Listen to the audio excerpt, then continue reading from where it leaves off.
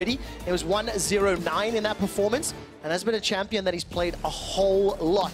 So hovering through those priority picks, and a blind and insta-lock first pick Yasuo. I like these Renekton hovers. Bit of a throwback there, and this is cool. So we do see the Yasuo locked in. You'll likely expect it to be in the hands of Special, but remember, it can go all over the shop, and don't be surprised if we actually see it in the hands of Jeskla as well this game. Yesterday, Perks was actually talking with Upset backstage, and Perks said to Upset, I see you've been practicing it. I see your OPGG. You are playing Yasuo in solo queue. Are you going to throw down the gauntlet against me? Now, it didn't happen, but it will be very interesting if it plays out that way. Joran locked in, 2 wins, 0 losses for Wunder. And he's only conceded 1 death so far if he takes that on the top lane, and I think it's expected at this time. Joran become very powerful on the current meta, especially up in the top lane, but he can be flexed into the jungle as well. Now this Vladimir pick is really interesting because what G2 is basically saying is wherever you put that Yasuo, we're sending the Vladimir. You want to put him top? Well, that's fine. Wunder's going to play the Vlad. You want to put him mid? That's fine. Caps will play the Vladimir. You want to put him bot? Fun fact, Perks can play Vladimir too. So regardless of where the Yasuo goes, G2 is saying we're going to guarantee a strong matchup. Vladimir can scale very well against the Yasuo because it's difficult for him to punish him. He has good sustain, and also in the late game, he's one of the few champions that can outscale Yasuo on side. So I like the pickup from G2, and already they have strong, they have the ability to play side lanes along with a strong team fight comp. And of course, this game, just as a reminder, G2 Esports had side selection. They elected to take red side, so they've already afforded themselves the ability to soft counter pick and get themselves a good draft going into game. The Gragas has now been locked in. This is something that Caedrel has played in the jungle in the past, can also go to support, and now Kennen secured as well. Do you expect this to be top lane Kennen into the Joran? With the Urgot taken off the board, Kennen kind of rises in priority and is considered very strong. It's pretty good matchup into the Joran as well, because you can harass from range, and it can do pretty well into the Vladimir too. But it does also limit the options of where the Yasuo could go. We're now looking at a mid or bot Yasuo. My predictions is it is going to go in the hands of Jeskla. They're going to save the mid pick for later. What we can be for certain is that G2 right now have locked in the support Galio, which could be as an answer to support Gragas, or it could just be that they want someone that can roam and just leave Perks, who you expect to play the Vladimir by himself, and they're going to ban away some of the tougher matchups, things like the Tahm Kench. Braum could be another option who they look to ban away. I think Morgana is another one they could also consider taking off the board. Especially with the Zillion and the TK being banned, as you've already mentioned. Look at Jankos' face having a little bit of a laugh on stage. When is he not laughing? When is he not laughing? It's a very, very good point. But it's very interesting when you see how many flex picks there are in this draft right now. And G2, you have to feel, have the better command of the scenario in terms of all the supports they could ban. They end up taking away Thresh. That's also good because you can interrupt his dash with the E and the taunt because it slows you down. You can then use the Flay again to knock you out of range of that. And also, isn't Thresh a higher priority champion just in isolation before you take into consideration the draft? I just wish we had that friend of yours, Flexius, here to help us break down this a little bit more. If only he were here. If only it were possible. I don't think he's qualified to cast the game. Don't think so, just yet. But the last ban's going to be Lee Sin, so denying that option to Jankos. I mean, Elise is still up, but there's a lot of magic damage on the table as well. So does Jankos maybe go something a bit more utility? Or, I mean, he could still make it work too. A part of me thought he could go for the Sejuani, but against the Yasuo wind wall and against Gragas Kennen, maybe that's not the best thing. Right now, they have a little bit more of the scaling side, so it depends if they want something a little bit more early focused. Olaf? Where Olaf could work, but I was just about to say the Elise is another strong option. And now I just want to see them grab some more AD damage from somewhere. The fact that we have the Ezreal locked in means the Yasuo will be going in mid lane. That means Caps will grab himself the Vladimir. They will keep the Joran up in the top lane, and this will give Perks the opportunity to pick some kind of answer. He could go for the Kai'Sa. Lucian is taken off the board. If you wanted to be hyper-aggressive, you could go for something like the Draven if you wanted to, but I feel like Sivir or Kai'Sa are both very solid options here as an answer to the Ezreal. All right, a lot of time left to decide the final pick. It's not going to be support Gragas, it will be jungle, and therefore Special and Expect will just swap once the final pick is locked in. It ends up being a fairly traditional looking team composition very quickly. Okay, no, that guy's so this is what we expected, but I just wanted to very quickly get in and say maybe he goes for the Zed and plays a skill matchup in mid lane if they wanted more AD damage, but he's not going to do it. He's just going to take the very standard Vlad into the Yasuo. Good matchup for Caps. Top side is very favored towards Exile. Kennen gets a strong early advantage, but We can talk a little bit more about the nuances of the matchup in-game, but I'm sure Wunder's very happy with how the things will play out. You're not going to see much focus up there. Meanwhile, on the bot side of the map, I'm curious as to how much roaming Mickey is going to look to do, because when I saw him playing his Galio in his solo queue games, he actually just played for lane. He would look for all-ins, he would try and burst his opponent down, and the moment he hit level 3, he was constantly looking for kills, and then when he hit level 6, that's when he would start just looking for those roams towards other parts of the map. So Mickey is the player I kind of want to keep my eyes on from the side of G2, whereas Caedrel, I want to see where he invests his time. Will he try and help Special through what could be a rough laning phase? Will he try and snowball Expect, who's been one of the stronger members of Exile? So we'll see where he invests his time in the early game. And you have to feel, in my mind, with that matchup in the top lane, it might make more sense to go top, get that cannon ahead, get him in a position where he can apply pressure during the opening stages of the game. That's the man on your screen. Expect playing for Exile Esports, just to set the stakes, of course. Exile are at 2 wins and 9 losses. It is a very, very difficult situation to be in if you want to make playoffs. It is not impossible, but it is highly improbable. And it would be phenomenal if they can take down G2 Esports today, especially after yesterday's game. It's a little bit to be desired. Jankos and Wunder right now definitely do not want that to happen. The last time these teams played, it was 45 minutes slugfest.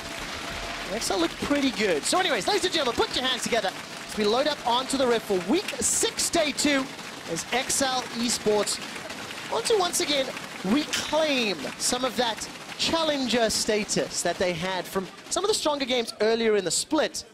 Bounced back from their loss yesterday to Rogue, in which was a pretty exciting game, Vedius. Oh yeah, it was a game of League of Legends. We all enjoyed it together, quick shot. But now we're watching G2, and yesterday when we saw them play, they fell behind a little bit in the early game. Jankos couldn't quite pull off the early ganks that he wanted to. He tried a lot, but Mento tracked him very well. He countered a lot of the ganks that Jankos tried, and Schalke actually got ahead in the early game, but a single mistake, and G2 very quickly snowballed. And that's the problem with G2. They're just so quick to punish. But look at what Caedrel's doing right now. He's coming from behind Mickey. He's getting collapsed on. All right, not too bad. Mickey's going to be able to dash away the Justice Punch. Not the most optimal level 1, but it's not terrible at the end of the day. Small advantage. And interesting to see Caedrel in the decision-making he's going for. You know, yesterday, that jungle Urgot, it has been talked about a lot, but it was just one of the elements that struggled, as well as Jeskla's Draven. And I want to talk about just, you know, how Exile struggled to make that draft work. And Expect was on the Yorick top. Right now we're going to see a little bit of trading here as Wunder and Expect trade back and forth. But just to look at some of those stats on that Urgot and the Draven, 253 on Caedrel's Urgot. Jeskla's Draven, he didn't get support, he didn't get played around. And I don't think I want to see it happen today with this Ezreal brawl. No, it's one of those situations where when you're playing Draven, it's a lane that you typically need to invest resources into, because it's not that he is a snowbally character because of his adoration stacks, and the moment that he gets all that extra gold funneled into him, funnily enough, he becomes very, very powerful. What we saw was that Caedrel actually invested his time and resources up towards the top side to try and get Expect ahead, and that meant that Jeskla on the Draven fell very far behind because of all the jungle attention that Kickers was throwing his way. Take a look at the minimap. Jeskla, oh, so much damage into kaSing! He almost gets taken out. Summoner Flash forced to be used, but Jeskla with the Kleptos already got himself a couple bags of gold, as well as the Potion of Might there. So that's a decent enough RNG to help him out during this laning phase. But boy, oh boy, was there a lot of damage there onto Jeskla and kaSing. Summoner spell traded perks for kaSing. So I'm just having a look back at exactly what happened there, because in the Ezreal Brawl matchup, this is not what you want to be happening at all. So Mickey actually landed a really good knockup, and then Perks flashed in, hoping that he could proc all of his passive stacks to get that kill. Unfortunately, it wasn't enough, but now Jankos making his way towards the bot side. Oh, look at that. There's the flash taunt. Jessica's able to escape with the flash in the Arcane Ship. Mickey's going to go down. First blood secured by Caedrel. Rappel up, drop down. Jankos manages to escape the Mystic shot, flashes away from any follow-up CC. And that tower dive is thwarted by Exile. You know, it's funny because the last time G2 played Exile, Exile got a huge early game lead because they tried to set up a tower dive that went horribly wrong. And already in this early game, G2 tried to play extremely aggressively, and they end up getting punished as a result. And the problem there for Mickey was he took the initial aggro, but then he went back into range of tower before it could go on to someone else. So he ended up taking many tower shots, and with Caedrel there, he ended up losing his life. All right, if you look at the minimap, Mickey's already roaming. That answers the question. you posed in the draft with the help of Jankos as well. Flash is available for Special, already used. Windwall comes up to block the cocoon. That was beautifully done by Special, utilizing the full kit, but also remember, summon a flash blown. So gonna need to be cautious when pushing past those lanes. We talked about lane priority and pushing yesterday, Verius, and that's something that Special needs to keep in mind as the game plays out. Very active early game from Jankos. Yeah, and this is one of the problems with G2 is you kind of want to set expectations for a game and you kind of want to talk about some of the matchups, but you never really get an opportunity to because of how aggro G2 always are in the early levels. And the thing I really wanted to highlight once again for G2 is that when you're playing an Elise, it's really important that you find early kills. She as a champion really struggles to have an impact later on into the game because all of her damage is single target. She offers very limited in terms of utility, and so she needs to find these early ganks. So setting up this dive, they think this is a 1 versus 3, but Caedrel is positioned in a way where he can assist, but that flash from Jeskla means that not only did Mickey draw initial tower aggro, he then puts himself back under the tower to take another tower shot, meaning that he ends up losing his life. And the reality here is that G2 didn't consider all of the risks, and they end up getting punished for it. So very well played. Exile in the right place to respond. And as you mentioned, a little bit eager, a little bit aggro. Also, what you expect from G2. And so what I really wanted to talk about was this Kennen versus Jarvan matchup, just because it's not something that we often see, but I had the opportunity to talk to Wunder about it, and what he told me was that in a lot of ranged matchups, what you do on the Jarvan is you run airy and you harass with the E. It's really important that you just throw it out whenever it's available, and he actually chooses to max it as well for maximum poke and harassment, which means that he just sits behind the minions, he doesn't take minion aggro, but he actually slowly chips away at the HP bar of the Kennen. You can actually see that in terms of the trades, Wunder comes out ahead, and it barely burns through any of his mana. So this is why Jarvan is considered actually a very safe blind pick in the current meta. We actually saw that as well. Every time we have looked at the top lane, Expect is pretty low on HP. He's farming it pretty well. And I think it's important to note that Exile has been the Expect rather has been the rock for Exile Esports. You know, he's pretty good KDA. His kill participation for the team pretty high. You can see 64%. Fairly healthy damage percentage for the squad in a favorable matchup. I mean, I don't think you have to use generous words. He is on a 2-9 team. He is. And for stats like that, to still sit in the top 6, I still think is very solid for Expect, right? And it's one of those things where it's always difficult when a team is losing so often to kind of highlight a star player, but I do think that Expect is one of those players that has been very solid and has been a reliable side lane threat. Unfortunately, he's struggled to play as a split pusher because the rest of his team often falls behind. So we'll see if things are different today as Jankos looks for another gank in the bot lane. Well, hugely different because it's Jeskla with this Klepto that's doing pretty well. He's already up about 500 CS. 500 gold, rather, because of the Klepto. Here comes Jankos and Mickey.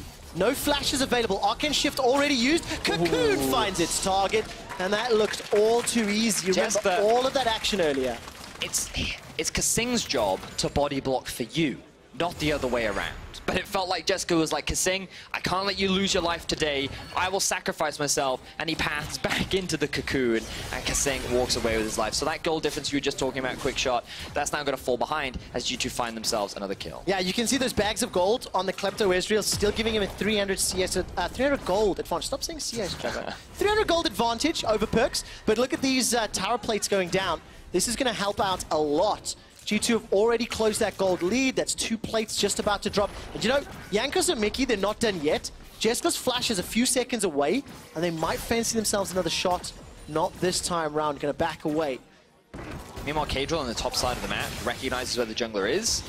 And is actually stealing away some of these jungle camps. So like the map has been split right now, given that G2 have priority in bot, and a lot of deep vision has been set up around the red buff of Exile. Caedrel has very smartly used that time to actually position up towards the top side and steal away some of the buffs. So good awareness there from Caedrel, and now Wunder has to be careful because he doesn't have any control over the top side of the map. No, he doesn't. Wunder's got a 13 CS advantage for now, pushed very heavily into Expect, but he's overextended and he's got a control ward that Caedrel will walk over. Double Dark Seals on Jarvan, which I want to talk about after this potential gank. Vision has been revealed, but with Flash, Flag, and Drag, it is actually very easy for Jarvan to escape. But what do you make of this double Dark Seal? You've already touched on the area and some of that poke and harass. I mean, it seems to be benefiting Wunder for the time being. Well, it's something that you often build when you want more sustain, because it's not a unique passive. It is something that you can stack. Oh, we don't have time. We've got another fight. No, you mentioned this already, Vendelbo. We never get a chance with G2 Esports as kaSing is forced to dash away. He escapes with his life at the cost of True Shot. Back to Joran. So, the thing about Dark Seal is it gives more healing from potions, 25% to be exact, and it stacks as well. So when you start with the Corrupting Potion and you get 2 of them, you just get more healing. So against range matchups, it's just more sustain, but also more mana, which means that you have more more in your pool to play with, and it means that he can keep harassing and he can stay relatively healthy as well. So it's really obnoxious for ranged champions that typically want to get ahead early on, but I don't think that the Jarvan's ever really going to have kill pressure on the cannon, but the fact that he's still coming out of this lane even ahead is definitely advantageous for the top laner of G2. I mean, this was a matchup in draft we said is sort of cannon favored to a degree, or well, normally the top to top priority is what we talk about, right? Because the cannon will often have push because he can just run through the wave with his E, and if Jarvan is overextended, it's really easy to set up for a play. Speaking of setting up plays. All right, Caedrel's going to go in. That's a great barrel. That's going to set up the damage on the Perks. Perks dashes over the wall, flashes back. Wind will buy some time. His Special's trying to find one more hit. The Tornado picks up a kill onto Perks. Now Exile Esports are going to 4-man stack inside G2's jungle. They decide to back away because Caps is coming in. Hemoplague's available to him, but Exile find themselves a kill and retake the gold lead. Really love the decision making there from Special, because I thought they were going to just try and kill Mickey, but their eyes were set onto Perks, and while he played that as well as he could, utilizing his ultimate to get over the wall and then flashing afterwards, you couldn't actually generate a big enough of a gap between him and Special, which meant the Special could continue to chase even through 2 different walls. So it ends up being a single kill over in Exile's favor, and they now lead in gold against G2. They lead in kills, and things are looking pretty good for Exile in this early game. And welcome back to the Exile that was making us very optimistic in the beginning weeks of the split. Caedrel is making some very good decision making. Remember, he very early on got in behind Mickey in the jungle, has set up a couple of counter ganks, and has been very involved in Exile maintaining small gold lead over G2. But Jankos knows that flash was used by Special, so he's going to try set this one up. The Tornado comes out, and Jankos sinks the fangs in with the Venomous Bite. Just another flawless tower down. I just love the fact that G2 went to punish the flashless mid laner. Jankos did have to use his flash to secure that kill. Honestly, I don't think he needed it, but right now Perks is the one in a bit of danger. As, ooh, Mickey actually going for the engage. Well, who is in danger after all once Mickey decides to come back? He's obviously got that ultimate available to him as well. If he needs to jump on top of Perks, wasn't necessary that time around. Jeskla and kaSing backed away. And now with, look, pushing mid in favor of G2, pushing bottom, it's going to allow Jankos the ability to start off this Mountain Drake uncontested, and his laners have already roamed to help him. Excellent awareness, Trevor. Clearly my teaching has paid off. Why, thank you. It has done a little bit, but take a look at this. That's a steal! After we're gloating about the priority, now the ultimate is going to get Mickey out to safety. Glacial Prison, Fissure comes down. Exile are taking the lead. They've got the Mountain, they get themselves another kill. And Caedrel is on fire in this early game. And the important thing to note is, Trevor, you were talking about who had priority. The problem is that Exile had just been able to push bot back out, and they were able to get a couple of control wards in the bottom half of the river, meaning they could see Jankos doing it. He was too low to fight, meaning that the moment Exile went for this fight, they're in a much healthier spot. So again, I draw your attention towards the bottom lane. You can see that Kai'Sa and Mickey have actually moved over towards the Drake. They have 3 people on it. Jankos is too low. Caedrel comes in over the wall, and he gets a good chunk of damage onto Jankos, but still secures the smite. And unfortunately for G2, they're just not in a position right now to be able to fight back because they don't have the HP, and Exile were not in a situation where they would lose any farm because they had time to push out bot and then rejoin the rest of rejoin Caedrel rather at the Drake. So this gives Exile Esports an 800 gold lead. They've got that Mountain Drake we talked about a little bit, and now Caps gets jumped on by Special. There's support coming in from kaSing, but Jankos was waiting in the wings if anything further played out, and Jankos doesn't care. He's down a small amount of CS, or farm rather, but if I look at actual gold secured, down 500 gold. Thank you for the toggle, observers. Even in the top lane, and Jeskla currently, thanks to the help of that Klepto, outdoing Perks in the bottom lane. The one thing you do have to give some insight into, a number of plates have been killed this game.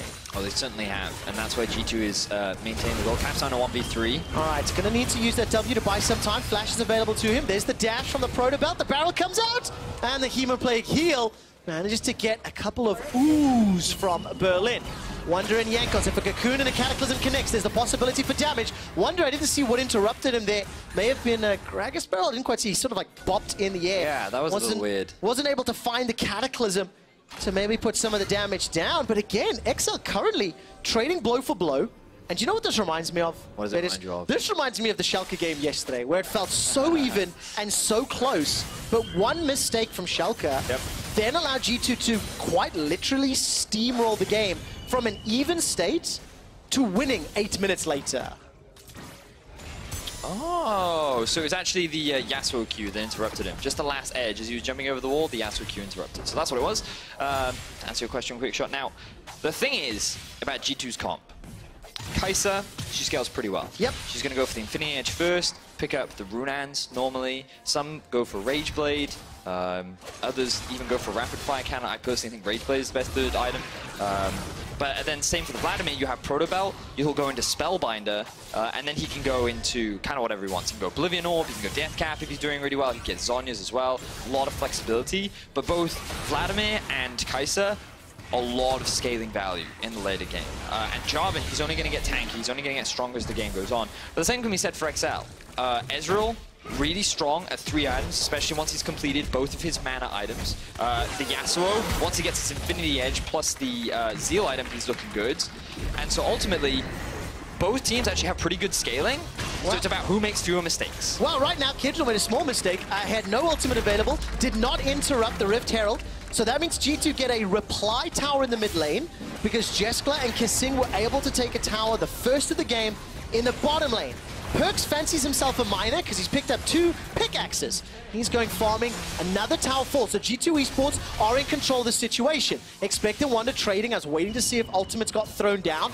But with G2 peeling from mid towards top, I like the fact that Expect recognizes the potential threat and he starts to back away to play it safely. It's an even gold game at 26 minutes, but you already start to feel the wheels of G2 turning. They lose 1 tower, but they get 2 and a kill in reply. 26 minutes, Trevor. 16 minutes. It's all right. It's all right. We've still got a lot more of the game left to go. Yes. But yeah, the gold being dead even right now, definitely a great position for Exile to be in. I much prefer their draft compared to yesterday. I feel like Caedrel's having a much better performance as well, outside of that small misplay he just had in the mid lane. And I do want to compare vision right now. As the Infernal Drake is spawning, you can see that even though G2 have good setup on the top side of the river, primarily it is Exile with control over the bot side of the river. That's because they set up a push in the bottom side of the map. They also will have priority on the mid lane as well. The thing they have to be careful of is the 2 control wards that sit behind them, primed and ready for Wunder to set up a TP flank, come in from behind, and look to contest for this Infernal Drake. Cataclysm is 5 seconds away from being available. Once the teleport completes, it will be available for cast, but G2 Esports do not fancy a shot at this one. They will concede the second dragon of the game in favor of vision control in the northern quadrant as well as a tower. So, you know, I think G2 will still be pretty content for the trade, but you can't deny the fact that a Mountain and an Infernal going over to Ken and Yasuo or Ezreal is a good sign for Exile Esports, but they've got to be very, very careful with how they utilize their team composition, their vision, and their pressure on the map. Now, we're getting to a point where side lanes and wave assignments become really important. And basically what I mean when I talk about lane assignments is who do you send to what lane, when, where, and why, right? And the thing about Yasuo is you want to get him off on a side lane once he's completed his first major item. So the fact that Static Shiv is completed, he now has a little bit more wave clear, his dueling is a little bit stronger. More importantly, you just want him to get solo experience, and you want him to get as much solo gold as possible. And the same can be said for the Vladimir. So what you're likely going to see is both the Vladimir and Yasuo move off onto a side lane together, and they're both going to continue to scale up as the game progresses. But G2, they don't like to play conventional, and when they see someone off on a side lane, they look for a pick. Well, they do indeed. Killer Instinct's available for Perkz. If Special rather, get into trouble. Caedrel's coming in from behind as here comes a hero's entrance. Hemoplague is thrown down, and now we're going to battle on multiple fronts. Mickey's jumping into kaSing in the backside. His special is already blown up. Didn't get a chance to channel his ultimate. Expect with the slicing Maelstrom is inside, looking for perks with the help of Caedrel. That's a 1-for-1. Now they turn their attention to kaSing. Jeskla gets caught by the cocoon. Jankos manages to save Wunder's life. Jeskla gets taken up by a venomous bite, and kaSing will get sent packing by Wunder's Jarvan. G2 Esports trade 1-for-4. And what should have initially just been a pick for G2 ends up turning into a slew of kills, vision control, objectives across the board, and G2 do it once again. A small misplay from the enemy team is snowballed on. And here we can see Special, he needs to appreciate where he doesn't have vision. He doesn't have proper control over the river. It's too late before he notices that Caps is looking for the collapse. And while that's a good interrupt from kaSing, the reality is that Caps is more than happy to just go for this 1v2, and with a small assistance from Perks, finds that kill. Now expect TP's in on the flank, and unfortunately for Perks, he's in this awkward situation where he wants to ulti out, but the cannon ultimate range is so big, and Caedrel is right in front of him. He just kind of has to do what he can and get behind his Jarvan. Unfortunately, it's not enough, so he ends up dropping, but the rest of G2 is still alive to clean up the scattered Exile that aren't together, and it just becomes easy pickings for G2. For anybody that's watched this game for a long time knows how much I love the cocoon spell from Elise and Jankos and finding it perfect. It is Jankos' most played champion, 62 professional games on this stage with 36 wins, 26 losses. You can see the man on your screen right now hunting for a little electric hamster with the help of Wunder and Cataclysm. This time around, the cocoon goes wide. Won't find the target, but yesterday, I mean, Jankos and Elise, he went 2-2-8. He had 45% jungle proximity, and he had a KDA of 3 in the game. It was just absolutely fantastic, and he was one of the crucial members that established all of the picks in the mid-game that just accelerated the win for G2 Esports, and you can see him executing flawlessly in that skirmish in the top half of the map.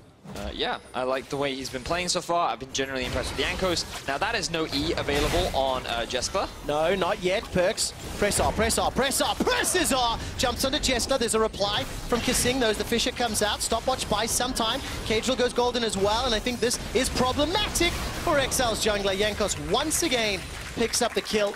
The True Shot Barrage does a tiny bit of extra damage, but just another great pick that started and ended with Jankos. And this is why I wanted to talk about lane assignments and wave management, because one of Exile's biggest issues is that they don't know when to be, where to be, and how to execute upon it. And Kenna was in the bot lane, no teleport. G2 forced to play with the superior numbers. They found a pick, jungler's dead, and now they're going to secure a Baron. No smite available. Special needs to do something extremely special.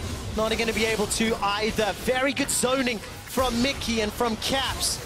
Void missiles go out. Caps is chasing. Hemoplague will pop in a second. That's a killing spree. Here comes the flag drag dunk onto kaSing. Winds of War will deal a little bit of damage as Jankos' cocoon will not find a target this time round. Wunder picks up his first kill of the game. 1-0-4. And G2 Esports will use those empowered recalls to start to back, get away with Baron, secured 5,000 gold lead, and they've initiated the Baron power play. And this is just, again, a G2 style of game where they look so even, and then G2 just find this gear that you cannot match. And so, again, keep an eye on the minimap. Wunder generates a window where he can join the rest of his team. So even though this looks bad initially for Exile, Caedrel shouldn't have gone onto the Elise in this situation, but he sees a low health target and he thinks he can find a pick. But it's the fact that Wunder can join and Expect can't.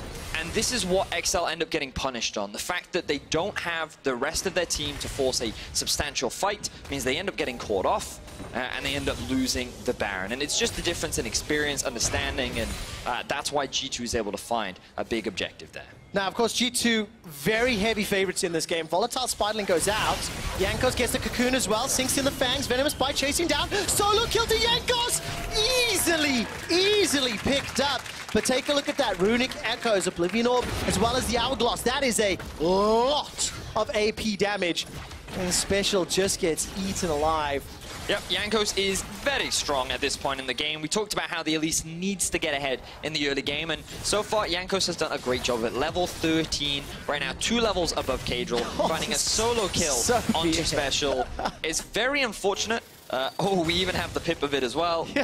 Yeah, I mean, like, this is the thing. When Elise gets ahead, she's really, really strong. It's also really unfortunate that Special actually went for a Sterak's gauge rather than Infinity Edge second. It means that you delay when Yasuo is at his strongest very much. Meanwhile, Caps has now picked himself up the Death Cap and the Oblivion Orb, so he's going full damage, while Special is just trying to survive what is a very big Bloodlord. Now, for every fan of the playoff race, which we'll get to in a second, Wunder gets knocked up, stunned up, True Shot Barrage flies, manages to survive a lot longer than anticipated, but he does get taken down, which means the pressure is thwarted. Wunder could have flashed away from that. Jankos will repel up, drop down. Here comes the hero's entrance. Wind Wall will block the cocoon, and somehow, while that was going on, Caps, with the help, Wunder, there's an assist in there, somehow manages to pick up another kill into Special. Poor observers, too many people are dying and they can't keep up with it. So yeah, what we saw was Caps found a solo kill up in the top lane, but I think it was even in a 1 versus 3 as well. Wunder also died in mid because he overextended just a little bit. And now Caps getting collapsed upon. So Wunder die a second time? No, he got an assist there. Nevertheless, this is another little replay. Pressure. There we go. Caps gets taken down in the top lane while Jankos and Perks take the inhibitor. It doesn't even matter that it is chaotic because G2 are still pressing their lead. They're getting the objectives they need and they're pushing further ahead. Yep. Very, I mean, it's scrappy game, I think, from G2. It's a little scrappy ending, yeah. Yep, but they are still finding the kills, and they're still bringing into the base. So first we're going to see how Caps gets his kill. So he does have the empowered Q. Oh, so he... word. That is what we call a one-shot. Even though he used 3 abilities, it was very little effort on his part. Then Mickey flash taunts, ignite, plus Perk. I don't even know if Perks was needed there. But Mickey will find another kill in towards the bot side of the map. So G2, 2 quick picks, enables them to secure the bot inhibitor, and now they don't really need the Baron because they can just start pushing in both mid and top. And what I was trying to say before Wunder and Caps decided to start the shenanigans is that for all the other teams in the playoff race, this is actually hugely pivotal. Because the further and further Exile and Rogue are away from competing with the top 8 or competing with the 6th place standings, the higher the odds of teams in 5th, 6th, 7th, and 8th in making it to playoffs. So that is something that you have to keep your eyes on. A little later today, Rogue will be playing as well. And, you know, if Rogue or Exile start picking up surprise wins, it is a gigantic, gigantic dent in the teams lower down the standings trying to make it into playoffs.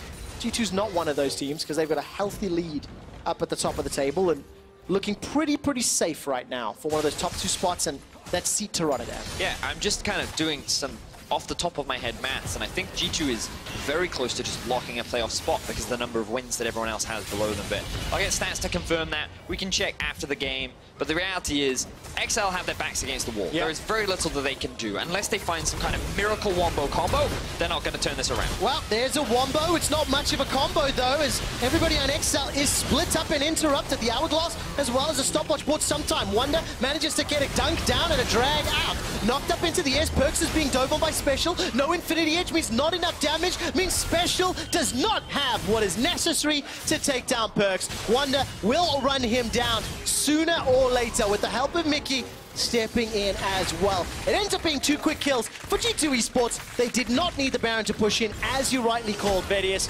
Jankos, Caps, and Perks will continue to put pressure on the inhibitor turret. Mid is exposed, and they're going to set their sights on Nexus soon. Yes, they certainly are. 2 members are dead on the side of Exile. They're also pretty long death timers. G2 are so far ahead, they're just going to walk their way towards the base. Well, that's it. Nexus turret number 1 will fall shortly. Caps is stepping forward with that sanguine pool to buy some time. The tower does fall. The minions have been cleared out, and G2 are a little bit low. They've got to be cautious, turn their attention to this mid lane instead. There's not a lot of ultimates available. Perks takes a lot of damage from that Essence Flux and the Mystic Shock. Perks runs for his life, but he's run down by Expect. The turn and burn from G2 back into the mid lane. Caps escapes with 1 tower hit, almost taking him down. The barrel falls ever so short, and Exile Esports pick up a few exit frags, but it is simply not enough to thwart what feels inevitable at this stage. So G2, they get a little greedy, they overstay when they shouldn't have, and Exile find the opportunity to pick up some return kills. But as you rightly said, the base has pretty much been dismantled now from the side of G2. They sit on an 8,000 gold lead. 2 inhibitors have been taken down. There's 1 inhibitor that has been exposed, and Nexus Tower is all that stands in their way as well. But let's have a look back at how this fight starts. Exile tried to go for a plank play, but Mickey already had the ward set up to read it. He now just interrupts. Oh, he actually gets a beautiful E onto Expect to prevent him from flashing onto Perks.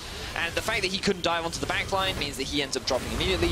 Jeskla is trying to deal with Caps, who's just 1v3ing at this point. And he says, you know what, you guys, you can just stay over here while my team deals with Special on the backline. So Wunder ends up securing that kill. And then G2 continue to just break into the base. It is still extremely impressive how well G2 can play these fights, even when it's messy, even when it's a little chaotic. It is still beautiful to watch. Expect throws down the hourglass, and Caps is able to pick up the solo kill. And G2 are stepping all the way forward into the base. Now, one inhibitor remains. You can see the timers on the left. Bottom inhib will be spawning in about 30 seconds time. And Perks takes a big chunk of damage on the Mystic shot, but it's simply too big of a disparity. 9,000 gold deficit, 3 lanes of supers for a little while, and now G2 pushing on to the Nexus. Yeah, they have their eyes set on securing another win. And here we are. Here comes the fight. All right, Caps gets knocked back by the explosive cast. Special is drawing some pressure onto Jankos. Hourglass used. kaSing is already down, and there's a Protobell dash forward by Caps. Perks is cleaning up on the backside, and yes, there's one supplementary kill for Exile, but it doesn't matter. G2 Esports take down Exile and confirm themselves a playoff spot. Jankos was very upset when he died at the end there. There was smashing on the table, there was hands in face. I think he wasn't happy about his 5-1-3 scoreline being ruined. But at the end of the day, G2 walk away with a convincing victory. They do lock in a playoff spot, our first team in the LEC. And already in week 6, they've had a dominant split. Absolutely have. 11 wins, 1 loss. Only Origin able to besmirch their perfect record. I want to give some credit to Exile bouncing back from yesterday. It was a difficult game, and today they looked a lot more in form. This Exile would have put up a much stronger fight against many other teams in the LEC, and it's great to see Perks and Expect giving each other a hug, especially as former teammates. Smiling faces on Expect. He knows how tough the team is, but at the same time, Exile is a difficult road for them moving forward now. Sitting at 2-10, I believe. Making playoffs, I don't think it's quite impossible yet, statistically. Highly improbable. It's just highly improbable, yes. I mean, you know, because of the fact that like Fnatic and SK Misfits only have 4 and 5 wins respectively, yes. If they drop games and they play the likes of Exile and Rogue, it's a double game swing. They add a loss, they add a win. G2 even dropping by the caster desk for some customers. There are so many people giving G2 high fives. They have to come past the caster desk as well. But Venus, I actually think I have the moment that G2 won the game in replay. Oh, excellent. Taking a gamble on this one, but take a look at this replay. It's where G2 managed to pick up 4 kills earlier on in the game. And if I recall correctly, this was in the top lane and the river. And we'll see this one playing out. It is okay, this is the one that we're going to get. And yeah, this is pretty much the play that determined the game, because what should have just been a single pick from the side of G2 actually escalated into a full-blown team fight. And ultimately, Exile, it just felt like the coordination was a little bit off here. They just felt like they were trying to react to what was happening in the side lane rather than trying to push something elsewhere.